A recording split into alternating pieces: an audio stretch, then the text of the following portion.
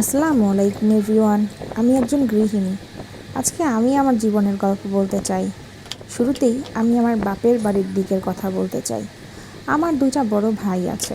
ওরা দুইজনই আমেরিকাতে থাকে, পুরা ফ্যামিলি সমেত। শুধুমাত্র আমাকেই বাংলাদেশে ফেলে চলে গেছে। আমার বাবা মা কেউই নেই। আমার মা মরে গিয়েছিল সেই ছোট্টবেলাতেই। বাবা বেশ কিছু বছর হয়েছে গত হয়েছেন। মা মারা যাওয়ার পর বাবা দ্বিতীয় বিয়ে করেছিলেন। ভদ্রমহিলা, খুব একটা ভালো ছিল তাও বলবো না, এবং খুব খারাপ ছিল তাও বলবো না। আমার সৎ মায়েরও একটা কন্যা সন্তান আছে, মানে আমার একটা সৎ বোনও আছে। সে যদিও আমাদের বয়সে অনেক ছোট, আমার 9 বছরের ছোট সেই বোন। যাই হোক, এখন সেও বড় হয়ে গিয়েছে, তার মায়ের সাথেই থাকে।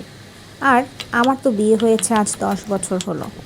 আমার একটি পুত্র সন্তান আছে যার বয়স 8 বছর, আর একটি কন্যা সন্তান আছে যার বয়স 3 বছর। আমার বিয়ের পর আমার পুরো পৃথিবী এলোমেলো হয়ে যায়।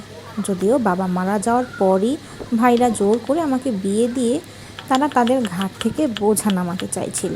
তাই জন্যই আমাকে অসময়ে বিয়ে দিয়ে দেওয়া হয়েছিল। আমার এক কাজিন ব্রাদারের সাথে।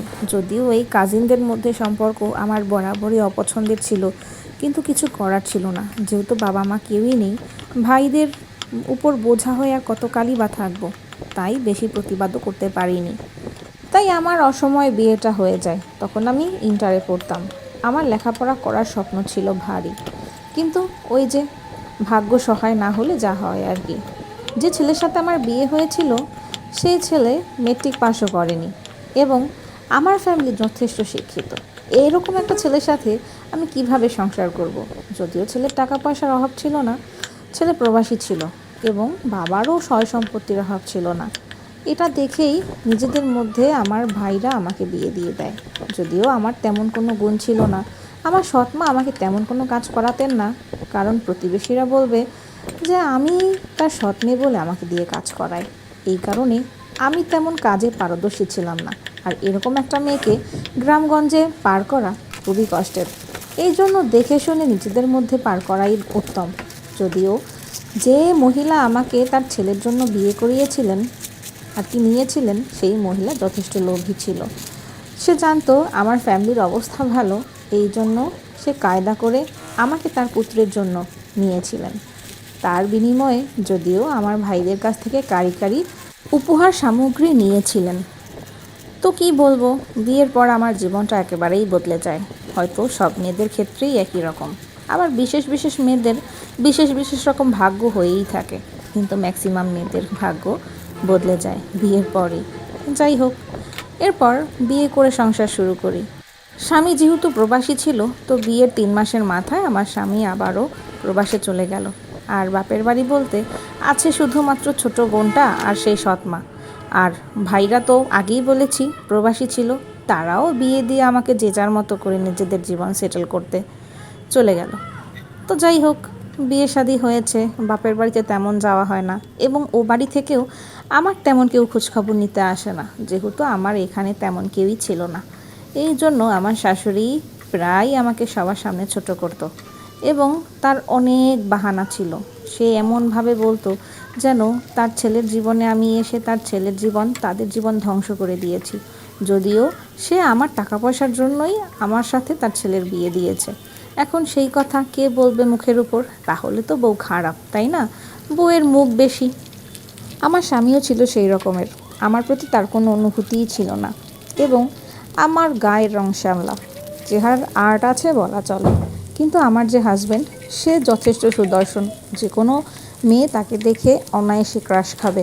সে 6 ফিটের বেশি লম্বা, এবং ফর্সা, চেহারার আর্ট যথেষ্ট ভালো, এবং আমার বাচ্চারাও হয়েছে তারই মতো, সবাই বলে আর কি। তো সে যেহেতু আমার কাজিন ব্রাদার ছিল, সে আমাকে কোনো হাত খরচ দিত না, উল্টো আমার সাথে একটু ভালো করে ব্যবহারও করতো না। আমার সাথে সে তুইতুকারি আচরণ করতো, ওই যে বিয়ের আগে যেরকমভাবে কথা বলতো আর কি। তো এইটা নিয়ে আমি খুবই বিরক্ত ছিলাম, এবং আমার অন্যান্য রিলেটিভরা, আমার কাজিন সিস্টার্স, বান্ধবীরা প্রত্যেকেই এটা দেখে অবাক হতো যে এটা কেমন ধরনের আচরণ। এই যুগে এসেও কোনো হাজব্যান্ড তার ওয়াইফকে তুইতুকারি করে বলে? এটা তো আগের যুগে হতো, এখনকার যুগে হয় নাকি? তো কিছু করার ছিল না, আমি এম্বারেস হতাম। কিন্তু কি বলবো, কাউকে বলে বলে তো আর শুধরানো যায় না যদি সে নিজে থেকে না শুধরায়। আমার মন মানসিকতা সবসময়ই খারাপ থাকতো। যেহেতু স্বামী বিদেশ থাকতো, নিজের কোনো ছেলে মেয়ে ছিল না তখন, বাবা মা কেউ নাই, বাপের বাড়ি থেকে কেউ খোঁজখবর নিত না, তারপর শাশুড়ির মুখ ঝামটা তো আছেই। কীরকমভাবে যে আমার জীবন কাটতো, কীরকমভাবে যে আমার সময়গুলো অতিবাহিত হতো, সেটা শুধুমাত্র আমিই জানি এবং আমার আল্লাহ জানে। তবে আমার ভাইরা যে আমার কোনো খোঁজখবর নিত না এটা বললে ভুল। আমার প্রয়োজনে অপ্রয়োজনে সমস্ত চাহিদা আমার ভাইরাই পূরণ করত। আমার বড় ভাই শুরুতে আমার সমস্ত দায়ভার নিয়েছিল, পরবর্তীতে ছোট ভাই। আমার ভাইরাই আমার যাবতীয় যত খরচ, আমার জামা কাপড়, আমার সাজুগুজু, আমার মোবাইল ফোন সব কিছু আমার ভাইরাই প্রোভাইড করতো। আমার বিয়ে হয়েছে আজ 10 বছর, আমি মুখ ফুটে বলতে পারবো না আমার হাজব্যান্ড আমার জন্য একটা ফোন এনেছে। বিদেশ থেকে সে তার ভাইয়ের জন্য, মায়ের জন্য, অন্যান্য রিলেটিভদের জন্য ফোন আনতো, কিন্তু সে কখনো ভাবেনি যে আমার টাকায় আমার বউ একটা ফোন চালাতে পারে বা এটা আমার পাওনা। সে কখনোই সেটা করেনি। এটা দেখে আমি কখনো হতাশ হইনি, কারণ আমি জানি সে এরকমটা করবে না। তাই কখনো তেমন খারাপও লাগতো না, যেহেতু আমার প্রয়োজনের জিনিসগুলো আমার ভাইরাই সবসময় আমাকে দিত। আমার হাজব্যান্ড আমার জন্য কিছু করতো না বলে আমি যে অভাবে থাকতাম বিষয়টা তা না। আমার ভাইরা আমার সমস্ত চাহিদা পূরণ করতো।